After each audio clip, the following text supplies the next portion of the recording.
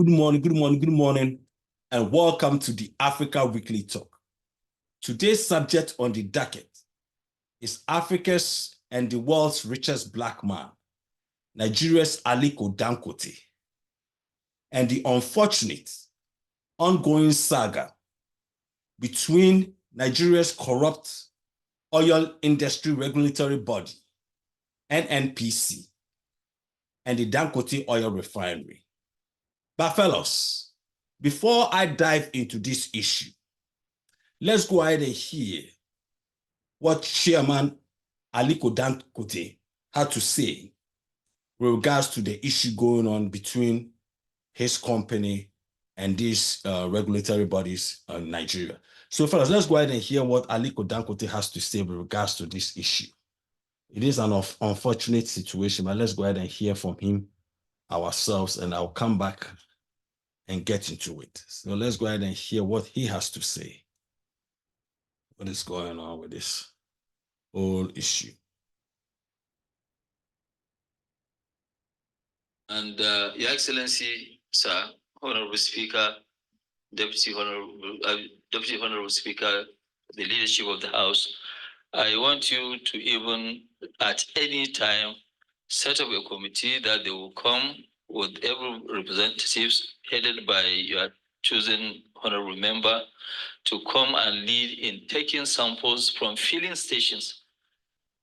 Because I must tell you today that all the test certificates that people are busy, floating around, where are the labs? Even if they have the labs, I can tell you they are fake certificates. The real one that you now know that they are right is to take from the filling station and also to come and take also from our production line. Now you will be able to tell Nigerians that this is it. But the marketing of a company by a regulator that he's supposed to protect, it is very, very unfortunate. It's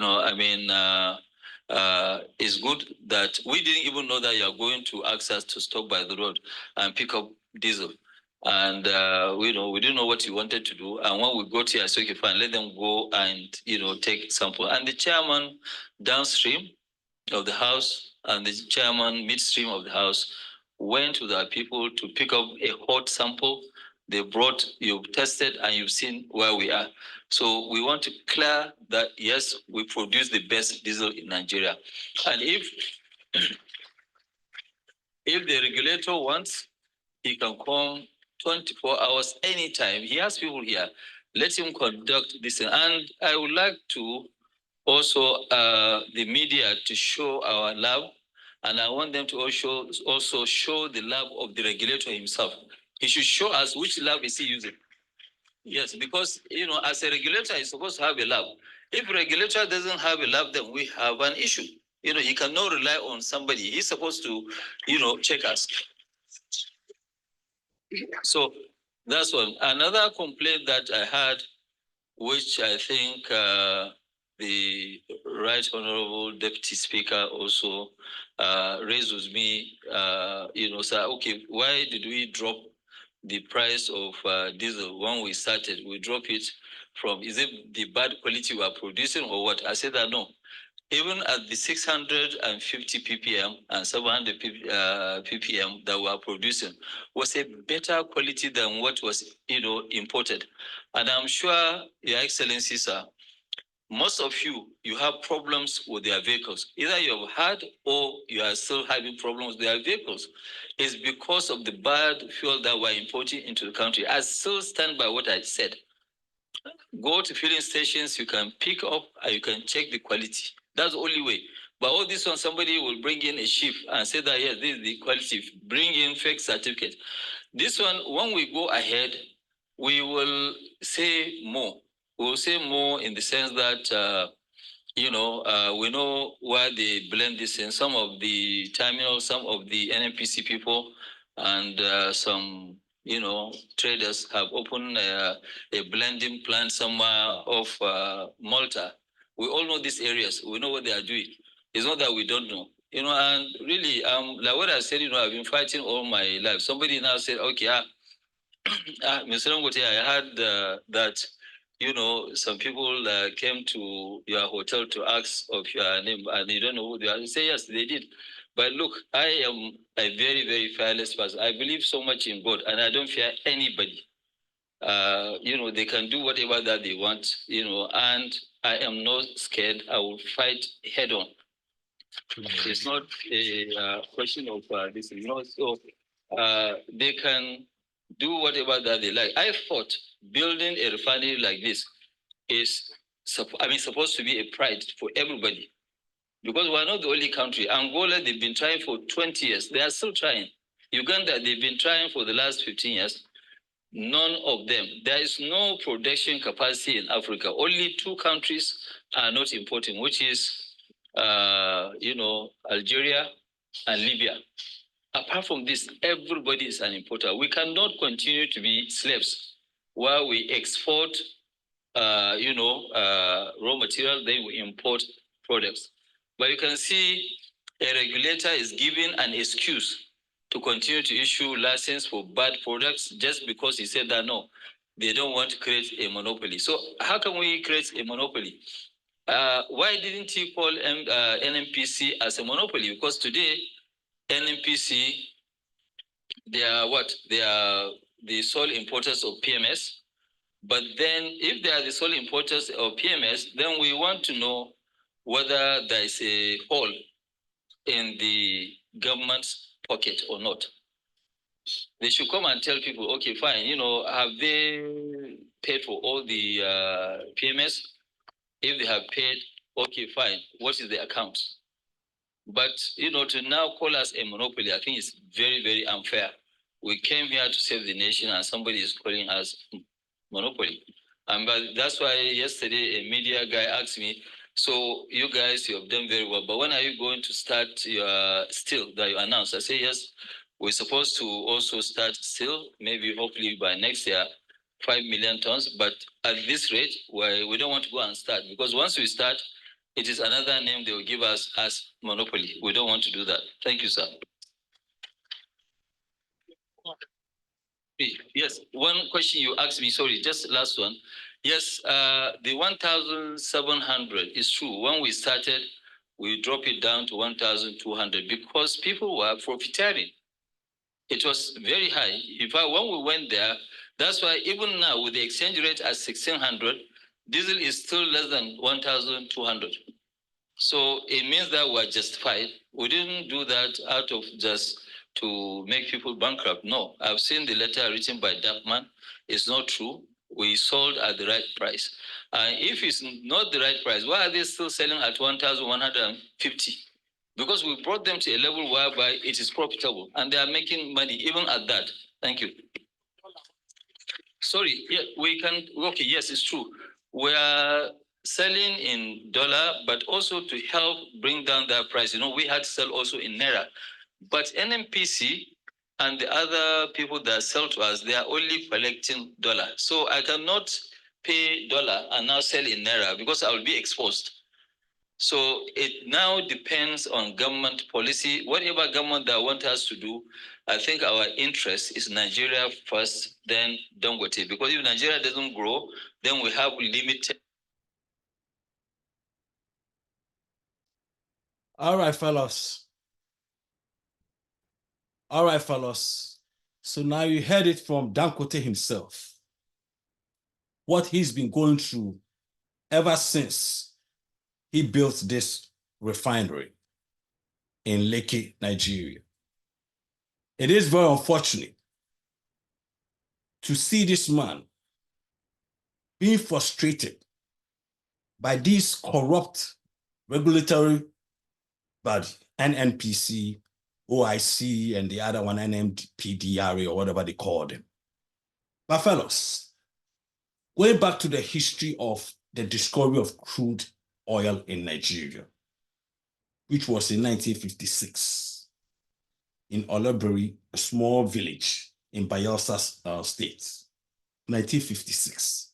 It was discovered by Shell. After so many years of trying, finally, in 1956, Shell scientists discovered crude in Bayelsa State. So Nigeria became blessed with crude oil at that year.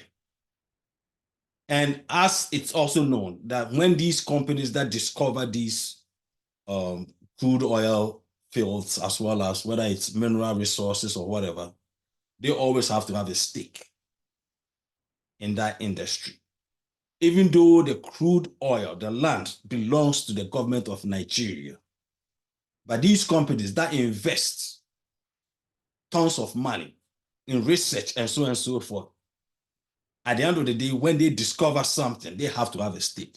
So Shell, BP, ConocoPhillips, ExxonMobil, all these companies that came later years to discover these oil fields in Nigeria all have stakes in all the oil fields in Nigeria. So even though these oil fields, the crude is in Nigeria, they still have to take it out and sell it on the international market. That is why, if you guys remember, just last week or 2 weeks ago, you heard Dangote talking about going to Brazil and coming to America to buy some crude. Because at the end of the day, and even though the crude is in Nigeria, it is owned by most of these energy companies like Shell, Total, ExxonMobil, and so on and so forth. But him talking about these people at this regulatory body, Nnpc, accusing him of monopoly and him producing bad diesel and so on and so forth, fellows. This is nothing new. When you have vested interest in a big industry like the oil industry in Nigeria, who have been around since the discovery of oil in Nigeria, they're not going to go down easily.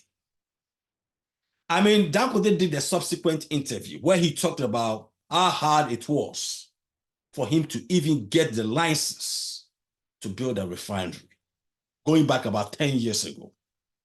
And finally, he got it through former President Jonathan and Goodluck Jonathan. So that tells you exactly why these guys, these cabals in the oil industry in Nigeria will fight tooth and nail to prevent oil refinery industry in Nigeria. I did a segment about a month ago when they had the the African Business Summit Forum in Rwanda, where Dangote and Total Energy CEO Patrick Pouyan were at present at that African Business Forum. I did a segment and talked about how Dangote and Total CEO Patrick Pouyan talked about how frustrating it was and is to do business in most African countries, if not all of them. And the headaches that you have to go through, because of the level of corruption, because of regulatory issues, because of legislative issues, and so on and so forth. And in that segment, I did mention that Nigeria didn't have to wait 50 years, 70 years for Dangote to come and build this huge oil refinery. Nigeria could have built this oil refinery in the 70s, in the 80s. But the reason why Nigeria did not build this oil refinery was because of the corrupt politicians and their crony capitalist friends who are embedded in the oil industry in Nigeria. And this is where they have been making all their billions and billions of dollars of money. And they will never, never support a private industry of oil refineries in Nigeria. I said that in that segment. And Lord and behold, Dangote, in the subsequent interview, talked about the cabal in Nigeria. He talked about the mafia in crude oil business is worse than the regular mafia that we all know about. He talked about it. And this is exactly why they have been doing everything possible to frustrate him, to deny him the necessary support that he needs to help build Nigeria and develop Nigeria. It is very unfortunate, fellows. It is very unfortunate. You have a man, a private businessman investing over 20-something billion of his own money, borrowing across the globe from various banks to build the biggest single train oil refinery in the world. The biggest single train modern oil refinery in the world, Lekki, Nigeria. I was down there last year. Huge, huge. This man spent over $21 billion to build that refinery. Anybody who gets the chance to visit Nigeria, go to Lekki and look at that refinery. Beyond belief. And it sits in Africa, Lagos, Nigeria. Not in Saudi Arabia, not in anywhere in the Middle East, but it's in Africa, Lagos, Nigeria. And that should be a pride, something of a pride, of a pride for Nigeria. But unfortunately, and understandably also, this cabal, these corrupt politicians and their crony capitalist friends who have been eating from this oil industry since Nigeria discovered crude oil in 1956. And have passed it on to their children, to their family members, and so forth, and still continue to eat from this industry. They're not going to let it go like that. So they will fight tooth and nail to make sure that Dangote fails. These people don't give a damn about the citizens of Nigeria. They don't care about the citizens. All they care about how much money they can continue to make from that oil industry. Like he said, you heard him saying it. They have a blending factory in Malta. And they're giving licenses because they're accusing him of monopoly. Meanwhile, Nigeria have already spent about $4 billion trying to refurbish the state-owned oil refineries in that country. Can you believe this, fellows? Nigeria has spent about $4 billion to refurbish the state-owned industries, the one in Warri, Port Harcourt, and Kaduna. And still, those industries are still inoperable. So you have the federal government of Nigeria spending about $4 billion, and still they have not been able to open these 3 refineries. I mean, you go figure. Why do you think these government-owned oil refineries are not operating? It is the cabal that he's talking about. These are evil, corrupt, crony capitalist businessmen in Nigeria who don't give a damn about that country. All they care is about the money that they can put in their goddamn pockets and their family businesses and their crony capitalist friends and politicians. These people don't care about Nigeria. But you know what, fellas? They picked on the wrong man. I mean, that was the mistake they made. They picked on the wrong man. And I hope Dangote doesn't stop there. Because now he's exposing the truth behind why Nigeria, a country with all that wealth, still in poverty. And this goes to tell you exactly why Nigeria is where it is. A country with all this crude still don't have electricity. They still have to send crude to Europe, Rotterdam, Holland, and other parts of the world, refine that crude, and then ship it back and sell it to Nigerians in dollars. Are you kidding me, fellows? Then you have a patriotic, good businessman who decides that, look, I'm going to spend my own money to build a refinery, to help develop my country. But you still have people in that country, this cabal, these corrupt crony capitalists, businessmen, and their crony politicians and family businesses who have been eating from this oil industry for so many years, and they will never let it go because they don't give a damn about the citizens of Nigeria. They don't care whether Nigeria moves forward or not. All they care about what they can get from these fraudulent businesses that they have been doing. So they will do everything to try to bring this man down. But this man is somebody who cannot bring it down. Are you kidding me? This is the wealthiest man in Africa, fellas. He's the wealthiest black man in the world. They picked on the wrong man. That is the mistake they made. Now he's exposing them, and he has to expose all of them, not only in the oil industry in Nigeria, all across the various industries, how they've been able to stifle Nigeria's growth, I mean, this is the country that was exporting 2 million barrels a day in the early 70s. Late 60s, early 70s, when crude oil was discovered in Nigeria. Nigeria was exporting about 2 million barrels a day. Today, Nigeria can't even export 1.9 million barrels a day. Are you kidding me, fellas? I mean, about 50, 60 years ago, they were exporting 2 million barrels a day. And in this modern era, Nigeria cannot even export 1.9 million barrels a day. So what is the problem?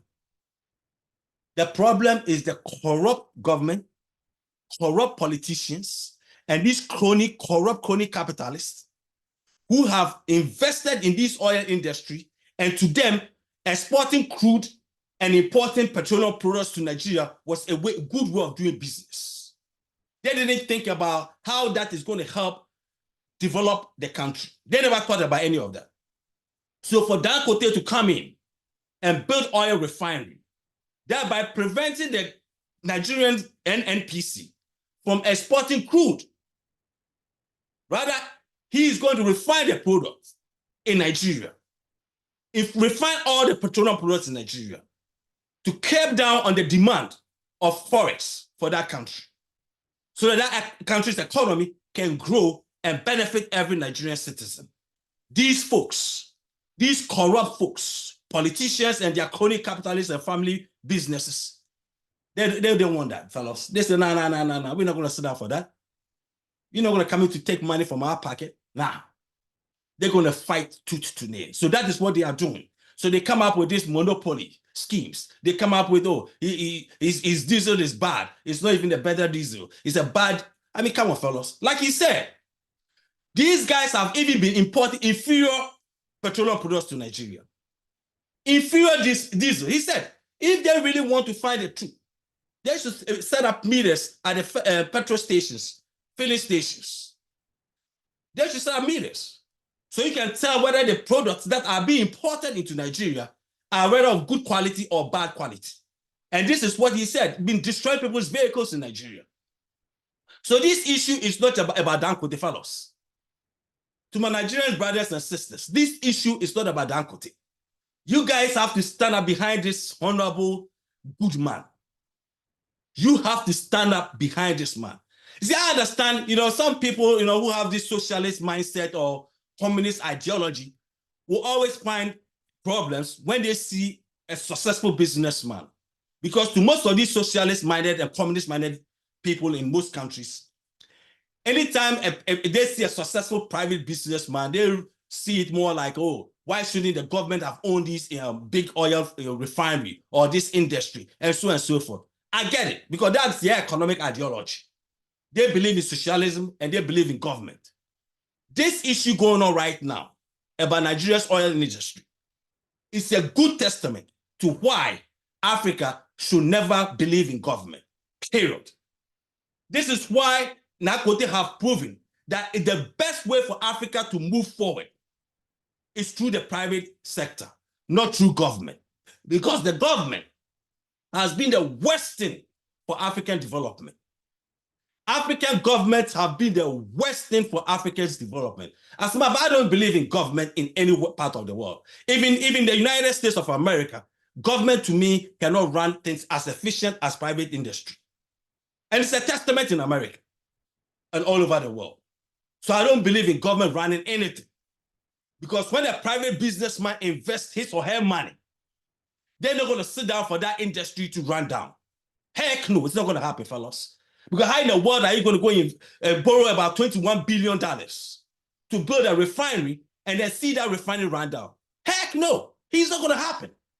He's going to fight every day, every night to make sure that refinery functions and works properly so that he can make his money back. That is the mindset of a successful private businessman. Now go look at the government facilities in Kaduna, Port Harcourt, and Warri. They are sitting down there. They just pump about $4 billion in there. $4 billion. It's going to some corrupt politician and these crony capitalists and businessmen, their pocket. And that facility is still sitting there, not even working. But meanwhile, you have a private businessman who have invested his own money over $21 billion. And now you have these bureaucrats, these corrupt bureaucrats, sitting in regulatory offices, trying to tear down this man. Are you kidding me, fellas? Look, this is the time you, the youth of Nigeria, like I said before, you, the youth of Nigeria, are the ones who have to stand up and protest against your government because of this bad governance that has been going on all across the continent. This is a clear time when you are protesting. These are some of the things you have to protest. When government uses corrupt bureaucrats to undermine the development of a country.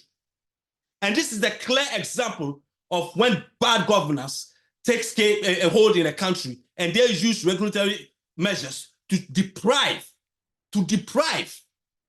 great citizens who are trying everything possible to help develop their country. And unfortunately, these people are still sitting in their offices. These people should not have no position in their offices down there. But you know what? Like he said, they have connived. They already have a blending factory in Malta. So they're still bringing in this imported crap to Nigeria. So if they let Dangote produce in Nigeria, that means that's going to stop them from bringing this crap. So they will definitely do everything. They will definitely do everything. I mean, look, what this man is doing for Nigeria. Every Nigerian should be proud of this good citizen of Nigeria. This man has been building factories. I think this man is employs more people in Nigeria than any company, including the federal government of Nigeria. This man has rice farming, tomato farming, cement industries, salt, sugar, name them, employing millions of people in that country. Something that the government can never do and have never been able to do. You have a private man putting his own man. And we're not talking about him going around stealing from the country's coffers. This is a private man using his brain, industrializing the country. And then you have bureaucrats.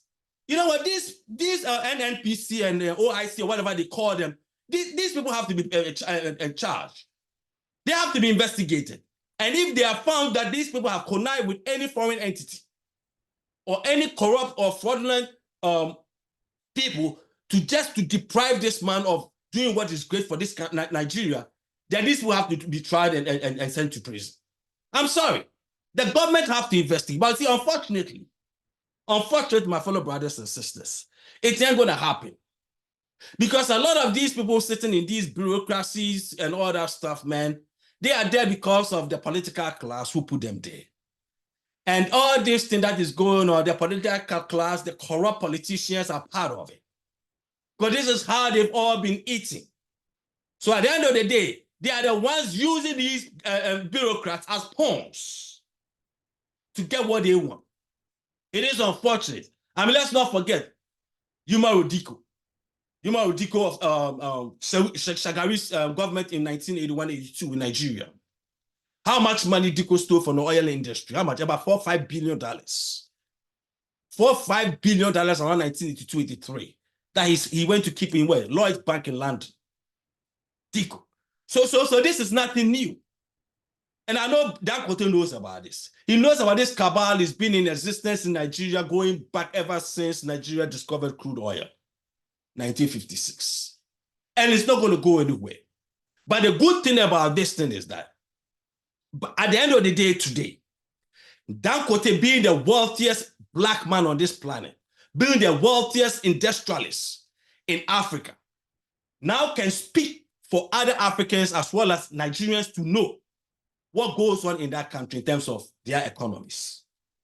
Because now him saying what is going on, him speaking out, now gives the citizens a clear idea of the kind of government that they have been electing in their various in African countries. Because you're talking about a very powerful man. You're talking about a man who is able to help develop countries.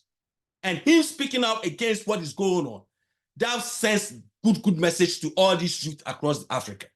For them to know that the reason why Africa is not developed, the reason why Nigeria is where it is today, it's not because Nigerians cannot develop.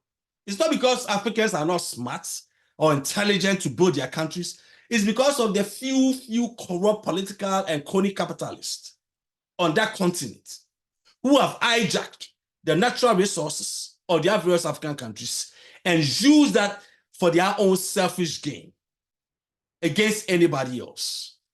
And most of these guys who are sitting in these bureaucracies, building factories in Malta, where did they even get the money to go and build that factory? It is Nigeria's money. It is Nigeria's money. They don't have their own money. No, these are the corrupt money that they steal. This is the money that they have been stealing from the Nigeria's coffers. This Nnpc and OIC officials, all that money that they have been stealing with their crony capitalists and politicians, that is what they use to invest in Dubai and other places around the world. But then when you have a private businessman who's using his own money, borrowing from banks as an industrialist to help develop your country, and then you're going to sit down for these ordinary bureaucrats, corrupt bureaucrats and politicians? No. You Nigerians have to stand up. When you are protesting, this is part of the things you have to protest. Unfortunately, you are the ones who elect these people into office. You are the ones who have elected these corrupt politicians, and you have to hold them accountable. I did a program just about a couple of weeks ago about Kenya, and I talked about the youth, Gen Zs and so on. Every bad debt that you are incurring in every African country is going to be on your backs. So you people, when you are protesting, protest against all these bad governance that is taking place in all your various African countries. Because at the end of the day, that is what is creating all these sufferings. That is what is creating all this underdevelopment in your various African countries. And you have the wealthiest, richest black man on this earth telling you how these cabal have been operating in Nigeria.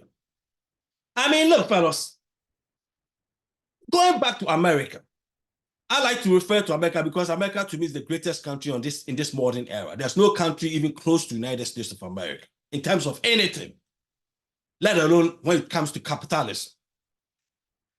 When Rockefeller, Carnegie, JP Morgan, Vanderbilt, Ford, Mellon Scaife, these were all great industrialists in the 19th century in America. The United States government did everything possible to make sure that these people succeeded, because at the end of the day, it is out of these people that also helped develop America to become what it is. Even though we can go back in the 17th century slavery, because it was out of slave labor, free labor, that pretty much gave America the foundation. It was we, the Africans, you, the Africans, the slaves that were brought here that gave America the foundation, the wealth, the money. Because when you have people that have been working for hundreds of years for free, picking cotton, exporting sugar, and all that stuff, that is what gave this country the wealth. The second phase of it was people like JP Morgan, Rockefeller, Carnegie, Mellon Scaife, Vanderbilt, and so on, who came later. They came later and used that foundation that the slaves have given America and built on it. But the American government also supported these great industrialists.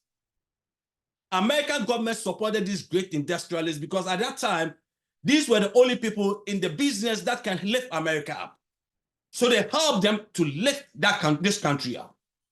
Eventually, when it got to a point where the wealth started spreading throughout the country, in the end, Standard Oil, which was owned by Rockefeller, had to be broken up, which was understandable.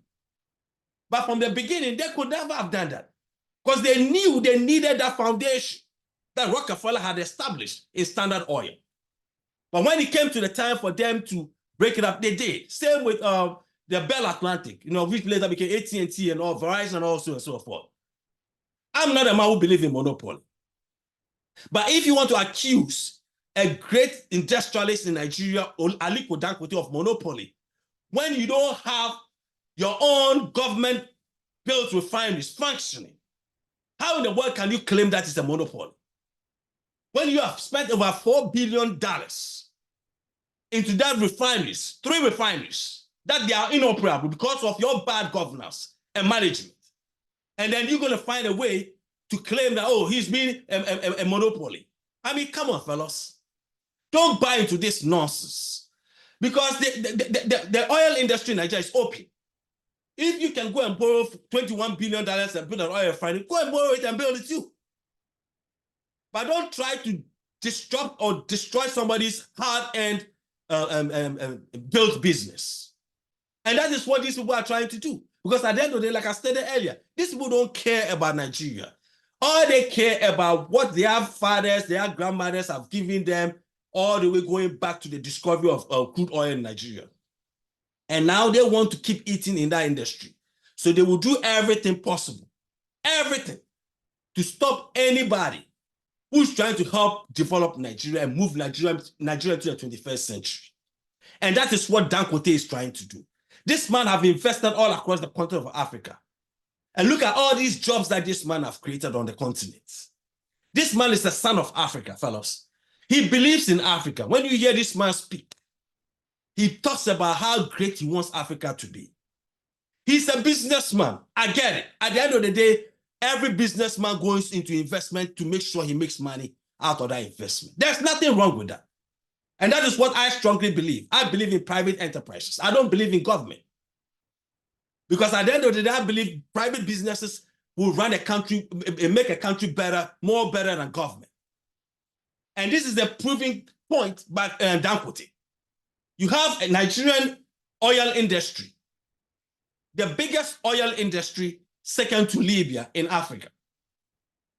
Now having 3 refineries, Kaduna, Wari, and Port Harcourt, sitting down idle because of bad government management. And now you have these same people accusing a private businessman who have invested over $21 billion of monopoly. Are you kidding me? I mean, these guys, man, I tell you, fellas, these guys have to be investigated. Because what they are doing is a treason. What these people are doing is treason. I mean, this is something that should be the pride of every Nigerian. My fellow brothers and sisters, Dangote Oil Refinery should be a pride of every Nigerian, not even just a Nigerian, every African. Every African should be proud of that. For a private businessman to do something that governments have not been able to do. Even Saudi Arabia don't have that. Meanwhile, you have these corrupt, bad politicians, evil men. Evil men. They prey on the weak, the sick, and the vulnerable in their society. And that's what they will do. They don't give a damn about Nigeria. They don't give a damn about their citizens. As far as they get their back. That is all they care about. But they picked on the wrong man, fellas. They picked on the wrong man. Because at the end of the day, this man said, like you all heard him say, he's a fighter. He's a tough dude. Because if you cannot be a tough dude if you have that much money and power. For you to get to the level of Dangote, you have to be a tough dude. And he said he's been fighting all his life, and he's a man of God. And he doesn't give a damn about anybody. He will fight them to the end. And I strongly believe that. And I really stand behind this man because this is a great man. This is the kind of leaders that we need on the African continent. Kind of businessmen who are willing to invest on the continent to help rise Africa, to help develop Africa, and to help put Africa in the 21st century in the right direction. But unfortunately, these cabals in your various African countries, they don't give a damn about you, the citizens of Africa. They don't care about you guys. All they care about their crony capitalist friends and the politicians and taking money from your countries.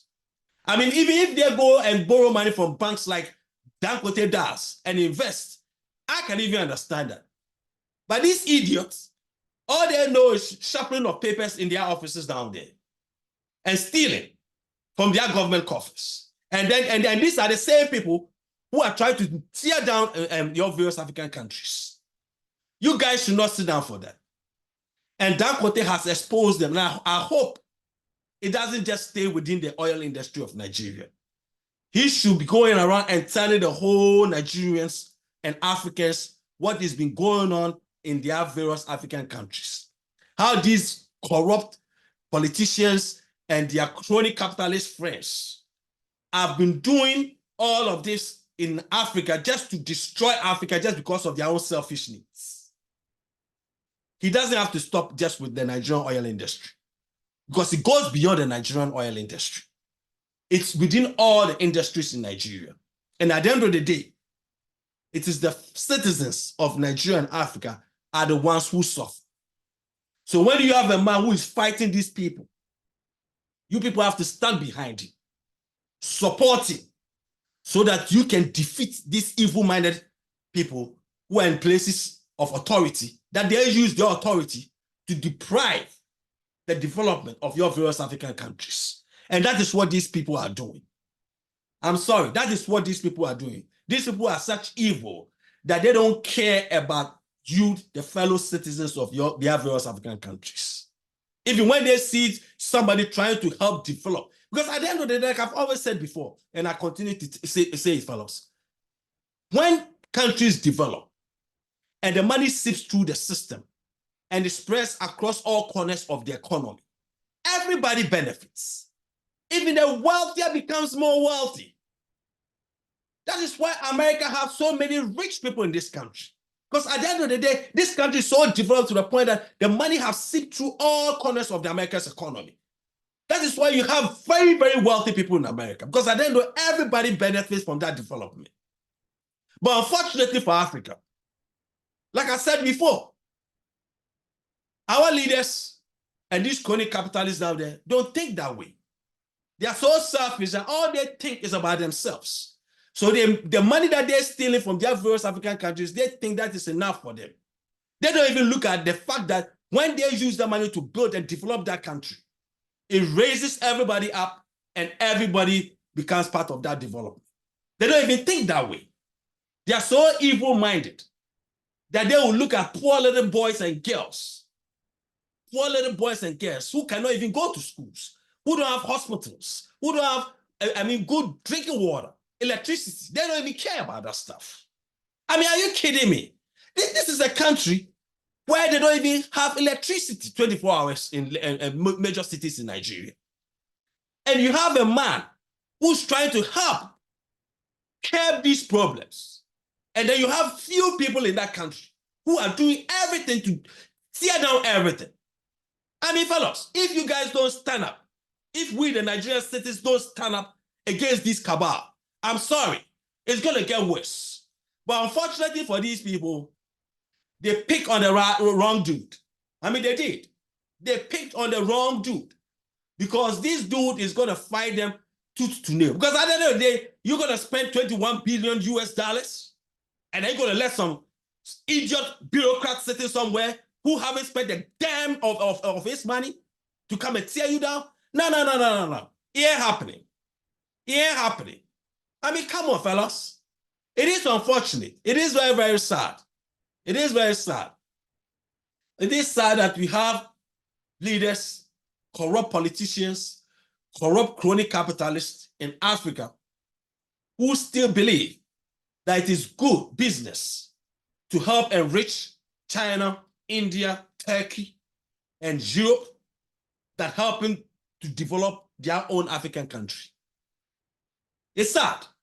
It is very, very unfortunate. Like I said, and I continue to say, Dangote is a very good man. This man will go in African history as one of the greatest industrialists in Africa, if not. Because this man has been saying and keeps saying that his goal is to help develop Africa. And he's invested in almost about how many African countries all across the continent. Like he stated himself in that interview. He said he was about to start a steel industry. He was about to start the steel industry. But you know what? If I have to advise, go ahead and start it. Tell them to bring it on. Face them head on. Because at the end of the day, the people of Nigeria are behind you. Because the Nigerians are not stupid. They see what you are doing. And they see that you are doing good for that country. At the end of the day, they see it. And they know that you are being very, very, very good to the country by using your own money, not stolen money, but your own money to help develop Nigeria. So the people of Nigeria, citizens of Nigeria, are 100% behind you, Mr. Dangote, Alhaji Dangote. So don't back down. At the end of the day, these cabals, their time is just around the corner because they've been doing this for so long. But at the end of the day also, they picked on the wrong dude. They picked on the wrong person that happens to be you. So this might be a blessing in disguise for you to represent Nigeria, for the Nigerian citizens to know what has been going on since independence. It is unfortunate. It is very, very unfortunate that we still have vested interest of corrupt people in Africa who rather tear down their various African countries than to see their various African countries develop. It is unfortunate, but that is the reality. This tells you, like he said before, that the mafia in the oil industry is worse than the normal mafia. That was Dangote's quote some months ago. He said it. He said he didn't know that the mafia in the oil industry is worse than the regular mafia. And now he's been proven right. He's been proven right. But it's very unfortunate that when you have people in authority trying to sabotage something that should be a pride of a country, something that is helping a country develop, something that is helping feed ordinary Nigerians. But meanwhile, these people, like I said, they are like vultures. They are like vultures. They don't care. They don't give a damn about their fellow citizens. All they care is about what they can get. That is all they care. By the end of the day also, like I've said several times on this podcast, it is up to you, the citizens. You have the power. And your vote should be used to bring these necessary changes that needs to take place in these various African countries. It is only you, the citizens of Africa, who can bring these necessary changes. And you have to use your vote. Don't fall into that trap that they always use, tribalism, religionism, and all that BS. Try to divide people into groups. So you go and vote against your own interest. So fellas, if it's Sunday, it's the Africa Weekly Talk. God bless you guys and have a great week. Peace and love, and thank you.